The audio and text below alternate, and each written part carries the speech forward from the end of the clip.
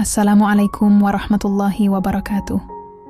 Selamat datang di Salsabiala Bercerita, tempat di mana kisah rumah tangga sederhana menjadi inspirasi yang luar biasa.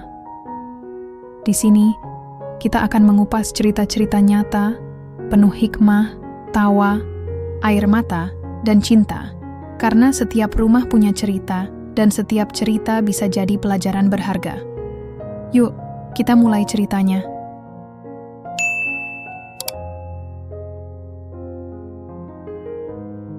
Hai, namaku Alia. Umurku 34 tahun, ibu dari 2 anak. Rafa yang sekarang duduk di kelas 3 SD, dan Nisa masih TKB. Kalau kamu lihat wajahku sekarang, mungkin kamu kira aku tipe perempuan yang kuat, mandiri, bahkan agak dingin. Tapi dulu banget, aku cuma perempuan biasa yang rela makan nasi sisa kemarin asal suamiku dan anak-anak kenyang. Kami menikah hampir 10 tahun lalu. Saat itu, Raka suamiku baru lulus kuliah, kerja di perusahaan kecil dengan gaji pas-pasan. Kami tinggal di kontrakan 2/3 meter di pinggir kota. Kamar mandinya di luar, listrik sering mati, dan kalau hujan deras, atapnya bocor. Tapi anehnya, kami bahagia. Setiap pagi Raka berangkat kerja naik angkot. Aku antar dia sambil pegang tangan, bawa bekal nasi bungkus yang isinya cuma telur dadar dan sedikit sambal. Dia selalu bilang, "Ini enak banget, say. Lebih enak dari restoran." Aku tahu itu bohong. Tapi aku percaya, karena matanya jujur. Aku sendiri kerja jahit di rumah. Terima order baju anak, Gordon, kadang seragam sekolah. Penghasilannya nggak seberapa, tapi cukup buat beli susu Rafa dan popok Nisa waktu bayi dulu. Malam hari kami biasa duduk di lantai, makan bareng pakai tikar. Anak-anak tidur di pangkuan Raka, sementara aku cuci piring di bak kecil. Yang paling aku ingat, setiap Jumat malam Raka selalu sisihkan uang receh dari dompetnya. Ini buat jajan anak-anak besok, katanya sambil senyum. Kadang cuma 5.000, tapi buat kami, itu kayak harta karun. Kami punya mimpi kecil yang kami ulang tiap malam sebelum tidur. Nanti kalau punya rumah sendiri, kita bikin taman kecil buat Nisa main, kata Raka. Terus Rafa bisa punya kamar sendiri, biar belajarnya nggak ganggu adiknya, tambahku. Dan dia selalu jawab, "Iya, say, kita pasti bisa." Waktu itu, dia benar-benar percaya. Dan aku juga. Kami nggak pernah liburan keluar kota, tapi tiap minggu pagi kami jalan kaki ke taman dekat pasar. Beli es tebur 2.000, bagi 3. Rafa dan Nisa rebutan es batunya, sementara aku dan Raka saling senyum. Capek, tapi tenang. Dia nggak pernah lupa peluk aku sebelum tidur. Bahkan pas aku lagi marah karena dia telat pulang, dia tetap datang pelan, bisik. "Maaf ya, say, tapi aku sayang kamu lebih dari apapun." Aku percaya. Karena waktu itu, cintanya terasa nyata. Bukan lewat kata-kata manis di medsos, tapi lewat tindakan kecil yang konsisten. Tapi semua itu berubah sejak warisan itu datang. Tapi itu cerita nanti. Sekarang aku cuma mau kamu tahu. Dulu kami nggak punya apa-apa, tapi kami punya segalanya, cinta yang tulus, keluarga yang utuh, dan rasa aman yang nggak bisa dibeli dengan uang. Sayangnya, uang justru jadi alasan dia kehilangan semua itu. Semuanya berubah sekitar 14 bulan lalu. Waktu itu, Raka tiba-tiba dapat telepon dari pengacara di Singapura. Katanya pamannya, adik kandung ibunya yang sudah lama nggak kontak, meninggal dunia. Dan dia ninggalin warisan buat Raka. Awalnya, Raka nggak percaya. Dia bilang, "Paman itu bahkan nggak datang ke nikahan kita, say. Kok tiba-tiba warisin aku?" Tapi ternyata benar. Surat wasiatnya jelas. Raka Wijaya, keponakannya, dapat seluruh harta, uang tunai SGD 800.000, sekitar 9 miliar, 2 unit apartemen di Jakarta, dan saham di perusahaan logistik kecil milik almarhum. Aku ingat banget hari pertama dia tahu. Dia peluk aku erat-erat di depan anak-anak, suaranya gemetar. "Kita bebas, say. Nggak perlu kerja susah-susah lagi. Rafa dan Nisa bisa sekolah di tempat terbaik." Aku ikut senang. Bukan karena uangnya, tapi karena akhirnya dia bisa bernapas lega. Selama ini aku lihat dia capek banget. Kerja lembur, mikirin tagihan listrik, mikirin SPP anak. Aku kira uang ini bakal bikin kami lebih dekat, tapi aku salah, perubahan gak langsung drastis. Awalnya dia masih baik, beliin aku tas baru, bukan branded, cuman yang bagus dan awet. Sewa rumah lebih besar, biar anak-anak punya kamar sendiri. Bahkan bawa kami liburan pertama kali ke Bandung. Aku pikir kan ini dia mimpi kami jadi nyata, tapi lama-lama sesuatu mulai aneh. Dia mulai sering bilang, "Kamu harus tampil lebih baik, Alia. Sekarang kita bukan orang biasa lagi. Aku bingung. Aku tetap pakai baju rumahan, rambut diikat, wajah tanpa makeup. Tapi dulu dia bilang itu yang paling cantik. Sekarang, dia cuma geleng-geleng kepala. Lalu dia ganti mobil. Dari Avanza bekas jadi mobil Eropa. Aku nggak protes, tapi waktu aku duduk di kursi penumpang, dia bilang pelan. Nanti kalau ketemu teman kantor, kamu jangan cerita kita dulu tinggal di kontrakan, ya? Aku diam. Rasanya kayak ditampar tapi pelan. Yang paling nyesek, dia mulai malu bawa aku ke acara sosial. Waktu diundang ke pesta ulang tahun bos barunya, dia bilang, kamu di rumah aja. Say, nanti aku bawa asisten pribadi biar nggak kelihatan sendirian. Asisten pribadi? Tanyaku. Iya Dina, cewek kantorku. Dia tahu cara bersikap di kalangan atas. Aku cuma mengangguk. Tapi malam itu, aku nangis diam-diam di kamar mandi. Rafa ketuk pintu tanya, Mama kenapa? Aku jawab, Mama cuma kena debu nak. Padahal, yang masuk ke mataku bukan debu. Tapi rasa dianggap nggak cukup baik buat jadi istrinya. Dia juga mulai jarang makan malam bareng. Kalau pulang, udah larut. Kadang bau parfum asing. Aku tanya, dia jawab, meeting sama klien. Kamu nggak usah mikir macem-macem. Tapi matanya nggak menatap aku lagi. Seperti, nggak ada aku di sana. Yang paling parah, dia mulai bandingin aku sama orang lain. Kamu lihat istri bosku? Kelas banget Alia. Pintar ngomong, gayanya elegan. Kamu harus belajar.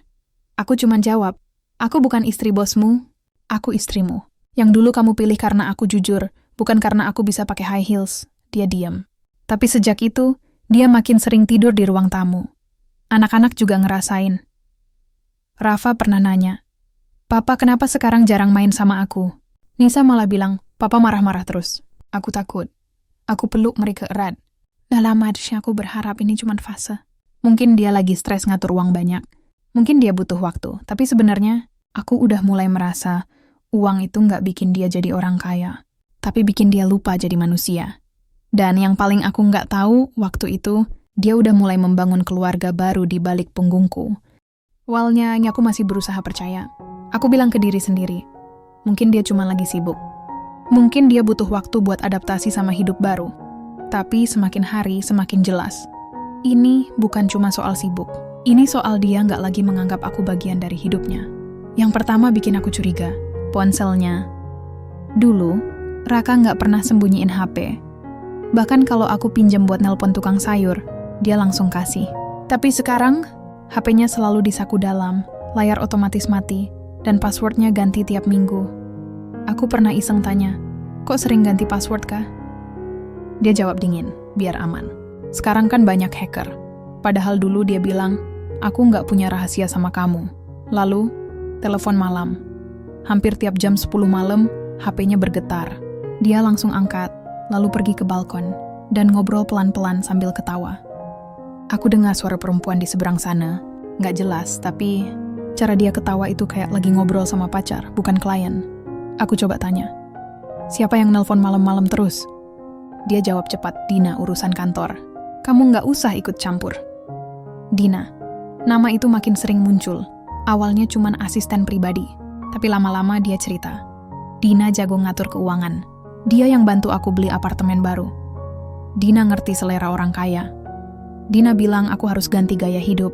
Aku mulai ngerasa kayak ada bayangan perempuan lain yang menggantikan peranku. Bukan cuma di kantor tapi di hidupnya. Yang paling nyesek, anak-anak mulai nanya. Suatu malam Rafa nangis di kamar. Aku tanya kenapa. Dia bilang, tadi waktu aku tunjukin gambar aku sama papa ke temen, dia bilang, kok papamu jarang ke sekolah? Kayak nggak sayang anak. Aku hampir nangis. Tapi aku peluk dia, bilang, papa sayang banget nak. Cuman lagi sibuk aja. Padahal dalam hati, aku sendiri udah nggak yakin. Nisa juga berubah. Dulu, tiap Raka pulang dia lari peluk kaki papa. Sekarang, dia malah sembunyi di balik roku. Papa marah-marah, katanya pelan, dan itu benar. Raka jadi gampang emosi. Kalau aku masak agak asin, dia langsung taruh sendok. Ini enak buat siapa? Anak kos? Kalau aku lupa bayar listrik, dia bilang, dulu kamu bisa atur uang 1000-an. Sekarang dikasih jutaan malah nggak becus. Aku cuma diam. Tapi tiap kata itu kayak paku yang ditancap pelan-pelan ke hati. Aku coba ngobrol serius. Suatu malam, saat anak-anak tidur, aku duduk di sebelahnya. Raka, aku kangen kamu. Bukan uangnya, bukan mobilnya. Aku kangen suamiku yang dulu peluk aku pas pulang kerja, yang bilang nasi aku enak meski cuma telur dadar. Dia lihat aku sebentar, lalu jawab, "Kamu harus tumbuh, Alia. Dunia nggak sesederhana kontrakan kita dulu. Kalau kamu nggak bisa ikut, ya jangan nahan aku." Aku terdiam. Itu pertama kalinya dia bilang, "Jangan nahan aku." Malam itu aku nggak bisa tidur. Aku duduk di dapur, minum kopi pahit, tanpa gula, biar rasanya mirip hatiku. Dan di tengah keheningan itu, aku dengar suara HP-nya bergetar lagi. Dia angkat, pergi ke kamar mandi, tutup pintu rapat. Tapi kali ini, aku dengar jelas. "Iya, sayang, aku juga kangen. Sabar ya, bentar lagi semuanya beres." Suara perempuan itu lembut, manja, dan penuh keyakinan. Kayak dia yang jadi istrinya. Bukan aku berdiri pelan, jalan ke kamar, peluk Rafa dan Nisa erat-erat. Dan untuk pertama kalinya, aku nggak lagi berharap dia berubah. Aku cuma berdoa, "Tuhan, lindungi anak-anakku dari luka yang bahkan mereka belum ngerti." Karena aku mulai sadar. Rumah ini mungkin masih punya atap, tapi hatinya udah kosong. Semuanya berawal dari undangan pelatihan UMKM yang diadakan di Bandung. Aku diajak karena usaha jahitku sempat menang lomba kecil di kelurahan. Mereka kasih beasiswa gratis, transport, penginapan, makan, plus pelatihan selama 6 hari. Bagi kebanyakan orang, ini kesempatan emas. Tapi buat aku, ini ujian. Pertama, aku nggak pernah ninggalin anak-anak lebih dari semalam sejak mereka lahir. Rafa masih suka mimpi buruk kalau nggak ditemenin, dan Nisa belum bisa mandi sendiri. Kedua, perasaanku nggak enak banget. Tapi Raka malah dorong aku pergi. "Ambil aja, Say. Ini bagus buat usahamu." Aku jaga anak-anak. Dia bilang itu sambil lihat HP. Jari-jarinya cepat ngetik sesuatu. Aku perhatiin. Dia bahkan nggak angkat muka. Aku coba tenang. "Beneran kamu sanggup jaga mereka?" "Iya dong. Masa jaga anak sendiri aja nggak bisa?" Jawabnya masih tanpa lihat aku. Aku hela napas. Mungkin ini kesempatan buat dia kembali jadi papa buat Rafa dan Nisa. Mungkin ini cara Tuhan kasih kami jeda buat memperbaiki hubungan. Jadi, aku setuju. Hari keberangkatan tiba. Aku siapin baju anak-anak seminggu ke depan, catat jadwal makan, obat flu Nisa, bahkan cara nyiram tanaman kesayanganku. Aku peluk Rafa dan Nisa erat-erat. "Mama cepet pulang ya. Jangan nakal sama papa." Raka cuma angguk, pegang koperku sebentar, lalu bilang, "Hati-hati di jalan. Nggak ada pelukan, nggak ada cium kening. Kayak aku cuma tetangga yang mau liburan." Di mobil taksi, aku lihat dia langsung balik masuk rumah. Nggak nunggu taksi jalan, dan waktu aku lihat ke jendela belakang, HP-nya langsung nyala. Dia langsung nelpon. Perasaanku makin berat. Sampai di Bandung, pelatihannya bagus. Aku belajar soal branding, digital marketing, bahkan cara bikin kemasan produk. Teman-teman peserta ramah, tapi aku nggak fokus. Setiap istirahat, aku nelpon rumah. Raka selalu jawab, "Anak-anak baik, tidur semua. Kamu fokus aja." Tapi suaranya datar. Kayak lagi baca skrip. Di hari kedua, aku video call. Pengen lihat muka anak-anak. Raka jawab, tapi kameranya mati. Baterai HP habis. Nanti kalau mereka bangun, aku suruh nelpon. Tapi mereka nggak pernah nelpon. Aku mulai gelisah. Tapi aku bilang ke diri sendiri, "Jangan overthinking, Alia. Dia suamimu. Dia ayah anak-anakmu." Tapi malam itu, semuanya berubah. Jam 9 malam, aku lagi di kamar hotel. Lagi nyiapin bahan presentasi besok. Tiba-tiba HP-ku bergetar. Ada pesan dari Bu Lina, tetangga sebelah rumah, yang dulu sering pinjam gula dan jagain anak kalau aku ke pasar. Isi pesannya cuma satu kalimat, "Alia. Maaf ganggu, tapi tadi aku lihat Raka bawa cewek masuk rumah kalian. Bawa koper." Aku kirim fotonya. Jantungku langsung berhenti. Aku buka foto itu. Dan di layar HP-ku, Raka berdiri di depan pagar rumahku. Pegang tangan seorang perempuan muda. Rambut panjang, pakai dress putih, senyum manis. Di kaki mereka 2 koper besar. Perempuan itu, Dina. Aku kenal dari foto yang pernah Raka tinggal di meja, katanya tim kantor. Tapi sekarang, dia masuk rumahku. Rumah tempat aku melahirkan Nisa. Rumah tempat Rafa belajar naik sepeda. Rumah yang kami bangun pelan-pelan dengan doa dan keringat. Dan Raka bawa dia masuk. Saat aku pergi, aku gemetar. Tangan dingin. Napas sesak, aku coba tenang. Mungkin salah paham. Mungkin Dina cuma bantu urus dokumen. Tapi firasatku teriak, "Ini nggak benar." Aku langsung buka aplikasi CCTV rumah. Aku pasang diam-diam 3 bulan lalu, waktu mulai curiga dia bawa orang asing masuk. Kamera kecil di sudut ruang tamu. Kelihatan seperti hiasan. Aku klik live view. Dan di layar, mereka duduk di sofa kami. Dina minum dari gelas kesayanganku. Gelas yang dulu kubeli dari uang jahit pertama. Raka ketawa, pegang tangannya, lalu dia cium pipinya. Aku muntah. Bukan karena jijik, tapi karena rasa dikhianati yang dalam banget. Dia nggak cuma selingkuh. Dia bawa selingkuhannya masuk ke rumah keluarga kami. Saat aku percaya dia jaga anak-anak. Aku cek kamar anak-anak lewat kamera lain. Rafa dan Nisa tidur di kamar, selimutnya acak-acakan. Nggak ada Raka di sana. Dia lebih memilih menghibur perempuan lain daripada temani anaknya tidur. Aku nangis, tapi nggak keras. Cuma air mata yang jatuh pelan sambil genggam erat HP-ku. Dan di tengah tangis itu, aku ambil keputusan. Aku nggak akan pulang seperti biasa. Aku akan pulang dengan rencana. Karena kalau dia kira aku cuma ibu rumah tangga lemah yang bakal terima semua ini, dia salah besar. Malam itu, setelah lihat mereka duduk mesra di ruang tamu lewat CCTV, aku nggak bisa tidur. Aku bolak-balik di kasur hotel, kepala penuh pertanyaan. Apa anak-anak tahu? Apa Dina udah sering ke rumah? Sejak kapan ini terjadi? Aku harus tahu. Bukan buat cari alasan maafin dia, tapi buat tahu sejauh mana dia menghancurkan keluarga kami. Pagi-pagi buta, aku nelpon Bu Lina. Bu, tolong awasi rumah saya. Kalau ada yang aneh, kabarin langsung. Bu Lina bilang, iya nak, aku juga nggak enak lihat itu. Tadi malam, lampu kamar utama nyala sampai jam 2 pagi. Kamar utama, kamar tempat aku melahirkan Nisa. Kamar tempat kami pertama kali peluk sebagai suami istri. Aku tarik napas dalam. Lalu aku buka semua rekaman CCTV dari 3 hari terakhir, dan di situ aku lihat semuanya. Hari pertama aku pergi, Raka langsung bawa Dina masuk siang hari. Mereka bawa koper, masuk ke kamar utama, dan nggak keluar sampai malam. Hari kedua Dina pakai dasterku masak di dapur. Raka duduk di meja makan, ketawa kayak lagi liburan. Hari ketiga, mereka pergi bareng. Pulang bawa kue, balon, dan buket bunga putih. Aku zoom rekaman itu. Di tangan Dina, ada amplop kecil, aku perbesar. Dan di pojok amplop itu, tertulis akad nikah 28 Mei 2025. Tanggal itu, kemarin. Saat aku lagi presentasi di pelatihan, mereka nikah siri. Aku hampir jatuh dari kursi. Nikah siri, artinya di mata agama, dia udah punya istri baru. Dan istri barunya itu tinggal di rumahku, pakai barang-barangku, tidur di ranjangku. Aku cek lagi. Di rekaman malam itu, Dina pakai gaun putih sederhana. Raka pakai kemeja rapi. Ada 2 orang tua, mungkin saksi duduk di ruang tamu. Mereka baca doa. Lalu Raka pasang cincin di jari Dina anak-anak. Mereka dikunci di kamar. Aku dengar suara Rafa nangis dari rekaman. Mama, kapan pulang? Tapi nggak ada yang buka pintu. Air mataku nggak berhenti. Tapi kali ini, nggak ada rasa sedih lagi. Yang ada cuma kemarahan dingin. Aku buka laci digital di HP. Tempat aku simpan semua dokumen penting. Surat nikah kami, akta anak-anak, dan salinan surat wasiat Paman Raka. Aku baca lagi, perlahan.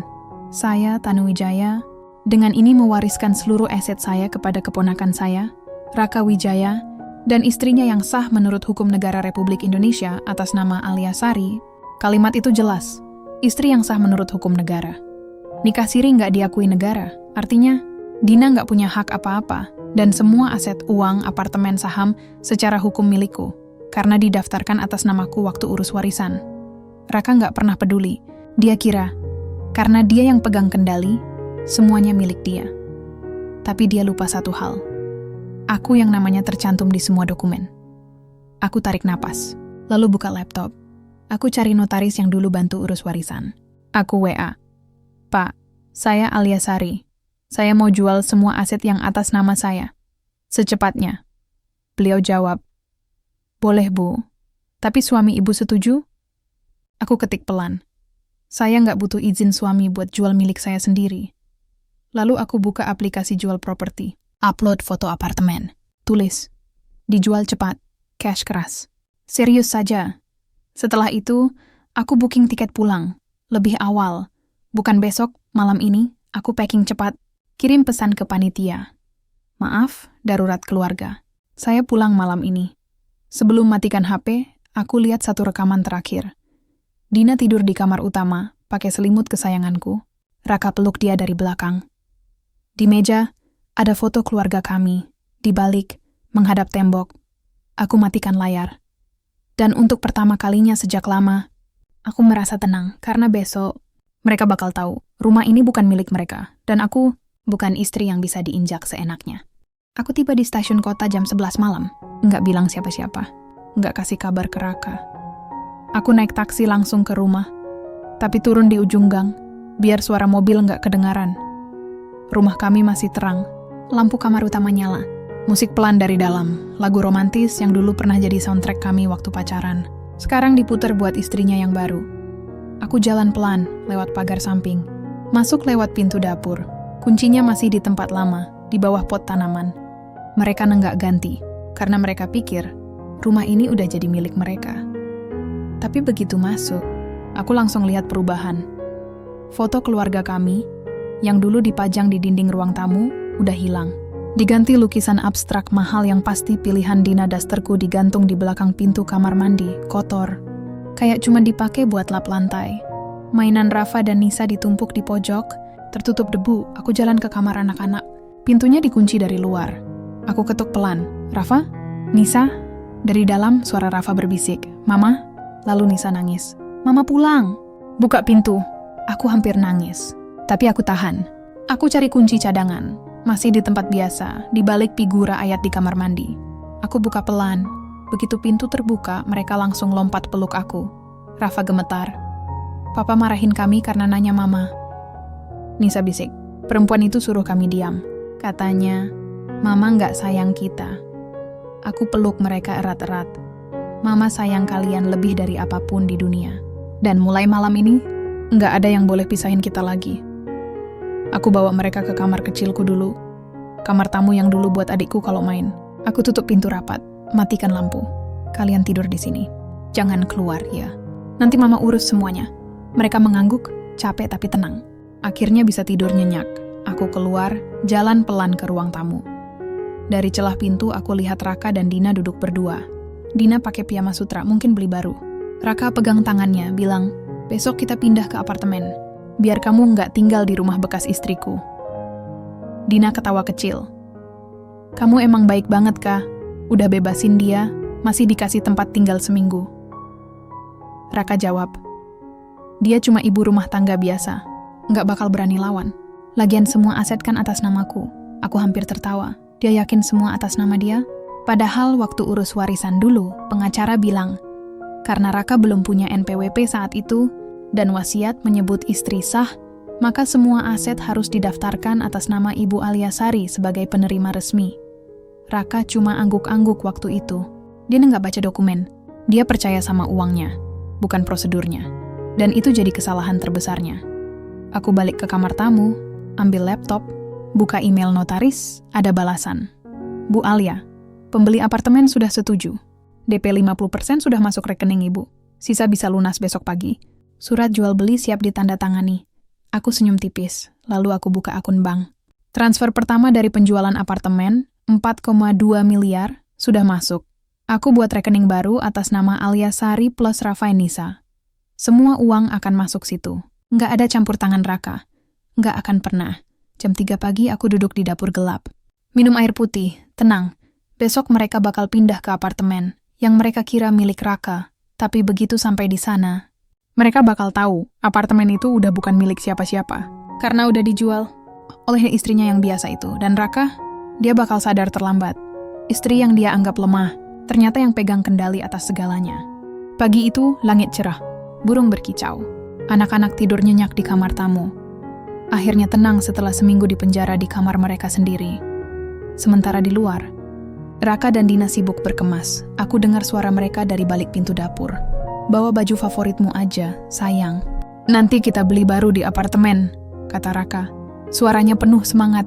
Iya, Kak, aku udah gak sabar jadi Nyonya Wijaya yang sebenarnya, jawab Dina, ketawa riang. Mereka pikir hari ini awal hidup baru. Tapi buat aku, ini hari keadilan. Jam 9 pagi, mereka keluar rumah, bawa 3 koper besar, senyum lebar, pegang tangan erat. Dina pakai dress putih lagi, kayak pengantin beneran. Raka bawa kunci mobil baru, siap antar istrinya ke apartemen mewah yang dibeli dari uang warisan. Aku lihat dari jendela kamar tamu, anak-anak masih tidur. Aku peluk mereka sekali lagi, lalu bisik, tunggu mama di sini. Jangan buka pintu buat siapapun. Lalu aku keluar, tapi nggak lewat depan. Aku jalan lewat gang belakang, naik taksi, dan langsung ke apartemen itu. Saat tiba, Raka dan Dina udah di lobi. Mereka berdiri di depan lift, Dina selfie sambil senyum. "Ini rumah pertama kita, Kak." Aku jalan pelan dari arah parkiran. Mereka belum lihat aku, tapi aku udah atur semuanya. Jam 9.15 pagi, petugas keamanan dan notaris datang. Notaris langsung panggil Raka. "Pak Raka, Wijaya?" Raka angguk sombong. "Iya, ada apa?" Notaris tunjukkan surat. "Kami dari kantor notaris. Hari ini apartemen ini resmi dialihkan ke pembeli baru. Anda dan Nona di samping Anda harus mengosongkan lokasi hari ini." Raka terdiam. Muka pucat. "Apa? Ini apartemen saya. Saya yang beli." Notaris tenang. "Maaf, Pak. Status kepemilikan atas nama Ibu Alia Sari. Dan beliau sudah menandatangani akta jual beli kemarin malam. Uangnya sudah lunas." Dina panik. "Alia, siapa itu?" Raka gemetar. "Istriku." Tepat di saat itu, aku muncul. Aku jalan pelan dari ujung koridor. Enggak marah, enggak teriak, cuma tenang. Raka lihat aku, matanya membelalak. Kamu pulang?" Aku angguk. Lalu lihat Dina. "Kamu pikir rumah ini milik kalian? Kamu pikir kamu bisa gantiin aku, tinggal di ranjangku, pakai barang-barangku, lalu hapus aku dari hidup mereka?" Dina mundur, takut. Raka coba ambil alih. "Alia, ini salah paham. Aku cuma apa?" Potongku, suara tetap rendah tapi tajam. "Cuma nikah siri di rumahku? Cuma kunci anak-anak di kamar? Cuma bilang aku istri biasa yang nggak berani lawan?" Aku ambil amplop dari tas. "Kasih ke notaris, ini surat kuasa penuh. Semua aset, uang, properti, saham sudah aku jual. Dan mulai hari ini, kalian nggak punya hak apa-apa di sini." Raka histeris. "Tapi itu uang warisanku." Aku tatap matanya. "Baca lagi surat wasiatnya, Raka. Warisan itu buat kamu dan istrimu yang sah menurut negara. Dan sampai detik ini, aku masih istrimu yang sah." "Bukan dia." Dina menangis. Raka berteriak minta penjelasan. Tapi petugas keamanan udah siap. "Pak Bu, mohon keluar. Ini bukan rumah Anda lagi. Aku nggak nonton mereka diusir." Aku langsung balik ke taksi. Tapi sebelum pergi, aku kirim satu pesan ke Raka. "Ambil barang-barangmu dari rumah dalam 1 jam. Setelah itu aku ganti semua kunci. Dan Raka, jangan coba cari aku. Karena aku dan anak-anak udah pergi dari hidupmu. Selamanya." Saat taksi melaju, aku buka HP, notifikasi masuk. Transfer final dari penjualan apartemen, 8,5 miliar, masuk ke rekening baru. Aku tarik napas lega, bukan karena uangnya, tapi karena akhirnya aku bebas. Dan yang paling penting, Rafa dan Nisa nggak akan pernah lagi dipanggil anak istri pertama oleh siapapun. Karena mereka punya satu ibu. Dan ibu itu nggak akan pernah biarkan siapapun menginjak harga diri keluarganya lagi. Kami nggak langsung kabur jauh-jauh. Aku sewa apartemen kecil di kota sebelah. 2 kamar, dapur sempit tapi bersih dan aman. Lokasinya dekat sekolah bagus, pasar, dan tempat ibadah. Yang penting, nggak ada jejak Raka di sini. Hari pertama di rumah baru, Rafa dan Nisa keliling-keliling, kayak lagi main petak umpet. "Ini kamar aku, Ma?" Tanya Rafa, mata berbinar. "Iya, Nak. Dan nanti kamu bisa tempelin poster superhero favoritmu di dinding." Nisa langsung lompat-lompat.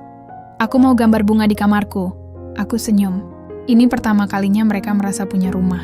Bukan cuma tempat tinggal. Aku nggak bawa banyak barang dari rumah lama. Cuma baju, dokumen penting, foto lama kami bertiga sebelum Raka berubah, dan boneka kesayangan Nisa. Selebihnya, biarin aja. Termasuk jam tangan mahal Raka, lukisan Dina, bahkan sofa empuk itu. Semua itu simbol masa lalu yang enggak ingin aku ingat lagi. Yang aku bawa, uang hasil penjualan aset dan rencana. Aku buka rekening baru, bayar uang muka sekolah anak-anak di tempat yang bagus, dan sisanya aku investasikan buat usaha. Ingat usaha jahitku dulu? Aku hidupin lagi. Tapi kali ini lebih serius.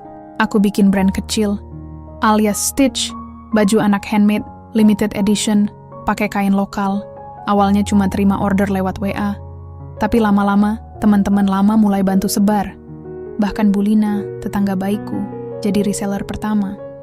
"Aku percaya sama tanganmu, Nak," katanya. Anak-anak juga berubah. Rafa jadi lebih berani bicara. Nisa nggak lagi takut gelap. Mereka tidur nyenyak, tanpa mimpi buruk tentang papa marah. Dan yang paling penting, mereka nggak pernah nanya kenapa papa nggak nelpon. Aku nggak pernah jelek-jelekin Raka di depan mereka. Tapi aku ajarkan prinsip. Orang yang sayang keluarga nggak akan pernah bawa orang lain masuk ke rumah kalian diam-diam. Mereka mengangguk. Belum mengerti sepenuhnya, tapi suatu hari nanti mereka bakal paham. Seminggu setelah kami pergi, Raka nelpon. Berkali-kali. Aku nggak angkat. Dia kirim pesan. Alia, tolong maafin aku. Aku salah. Aku butuh kamu. Aku baca, lalu hapus. Bukan karena aku kejam, tapi karena maaf itu harus diikuti perubahan nyata. Bukan cuma kata-kata saat dia jatuh. Lagi pula, dia nggak butuh aku. Dia butuh istri yang nurut, diam, dan rela jadi bayangan. Tapi aku bukan itu lagi. Suatu sore, Rafa tanya, "Mama, kita miskin sekarang?" Aku peluk dia. "Kita nggak kaya-kaya dulu, nak. Tapi kita punya hal yang lebih berharga. Kita punya satu sama lain. Dan itu nggak bisa dibeli dengan uang." Dia mikir sebentar, lalu bilang, "Berarti kita kaya banget ya, Ma?" Aku ketawa, air mata hampir jatuh. "Ya, nak. Kita kaya. Karena kita masih punya cinta yang jujur." Malam itu, aku duduk di balkon kecil, minum teh hangat. Kota ramai, tapi hatiku tenang. Aku buka catatan kecil, rencana 5 tahun ke depan, usaha berkembang. Buka workshop kecil Rafa and Nisa lulus SDN SMP. Dengan nilai bagus aku ambil kursus desain online liburan. Pertama berdua anak ke pantai, nggak ada nama Raka di situ. Karena hidupku sekarang nggak butuh dia lagi, dan untuk pertama kalinya dalam 2 tahun, aku tidur tanpa rasa takut. Semuanya berawal dari kabar yang kudengar lewat Bulina, yang masih sering nelpon buat kasih tahu perkembangan di kampung lama. "Nak Alia, Raka sekarang beda banget," katanya suatu sore. "Dina kabur seminggu setelah kalian pergi, bawa uang tunai yang sempat dia ambil dari rekening bersama. Katanya, kalau nggak punya aset, buat apa sama kamu?" Aku cuma diam, nggak senang, nggak sedih, cuman ngerti. Raka ternyata nggak punya tabungan pribadi. Semua uang warisan atas namaku, jadi dia nggak bisa akses. Mobil Eropa itu leasing, dan karena nggak bayar cicilan disita. Rumah lama, aku udah jual juga 2 minggu setelah kami pergi. Dia tinggal di kos-kosan kecil, kerja serabutan. Teman-teman kayanya dulu, hilang semua. Bahkan bos barunya nggak mau terima dia balik. Katanya, nggak bisa dipercaya. Bulina lanjut. Dia sering nongkrong di depan rumah lama, nangis sendiri. Bilang menyesal, aku tarik napas. Menyesal itu gampang. Tapi memperbaiki itu yang susah. Lalu suatu malam, dia datang ke apartemen baruku. Aku lagi bantu Nisa belajar menggambar. Tiba-tiba ada ketukan pelan di pintu. Rafa lihat lewat lubang intip, teriak, "Mama, itu Papa." Aku jantungan, tapi aku tenangin diri. Aku buka pintu, tapi nggak lepas rantai pengaman. Dan di luar, Raka berdiri, kurus, rambut acak-acakan, baju lusuh. Matanya merah kayak berhari-hari nggak tidur. "Alia, tolong," suaranya parau. "Aku nggak punya siapa-siapa lagi. Tina pergi. Uang habis. Bahkan orang tua sendiri malu sama aku." Dia jatuh berlutut. "Maafin aku. Aku rela jadi apapun, sopir, pembantu, apapun, asal boleh dekat sama kalian lagi." Aku lihat wajahnya. Dulu aku bakal luluh. Tapi sekarang, yang kulihat bukan suamiku. Yang kulihat orang asing yang dulu menghancurkan rasa aman anak-anakku. Aku bicara pelan, tapi tegas.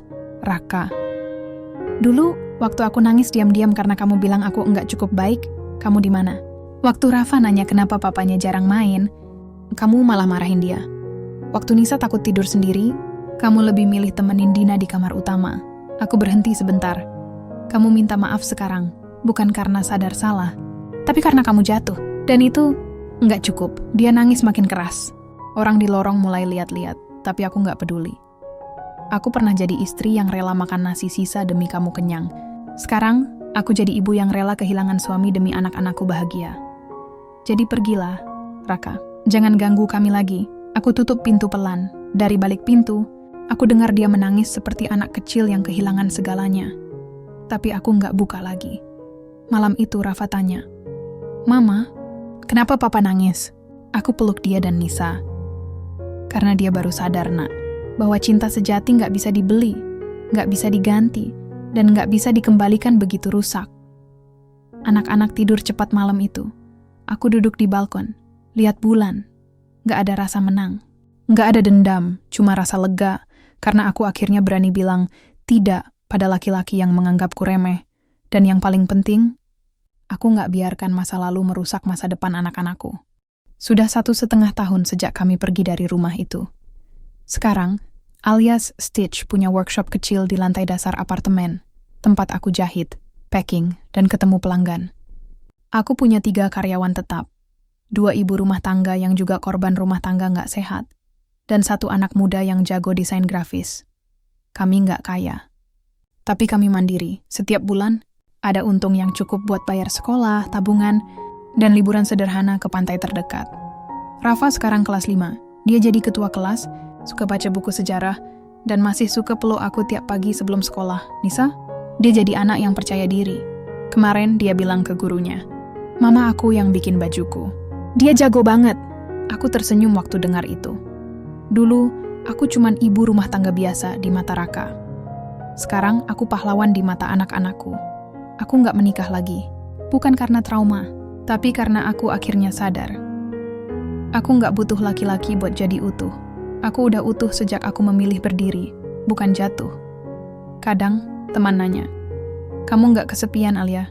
Aku jawab, kesepian itu bukan soal sendiri atau enggak, tapi soal punya hati yang tenang atau enggak. Dan hatiku tenang banget sekarang. Aku masih ingat hari terakhir Raka di depan pintu. Tapi aku nggak simpan itu di kepala. Aku simpan di pelajaran. Jangan pernah biarkan siapapun membuatmu merasa nggak cukup. Karena kamu lahir dengan harga diri. Bukan untuk dihancurkan, tapi untuk dijaga. Aku juga belajar satu hal penting. Memaafkan itu penting. Tapi melupakan itu pilihan. Aku memaafkan Raka. Biar hatiku nggak berat. Tapi aku nggak lupa. Karena luka itu mengajariku jadi ibu yang lebih waspada, lebih kuat, dan lebih sayang sama diriku sendiri. Sekarang, tiap malam sebelum tidur, aku masih punya ritual. Peluk Rafa dan Nisa, cium kening mereka, lalu bisik, "Mama sayang kalian lebih dari apapun. Dan gak ada yang bisa pisahin kita lagi." Mereka selalu jawab, "Kami juga sayang Mama, selamanya." Dan di saat itu, aku tahu aku udah menang. Bukan karena aku jual semua asetnya. Bukan karena dia jatuh miskin, tapi karena aku berhasil jaga cahaya di mata anak-anakku, meski dunia pernah gelap.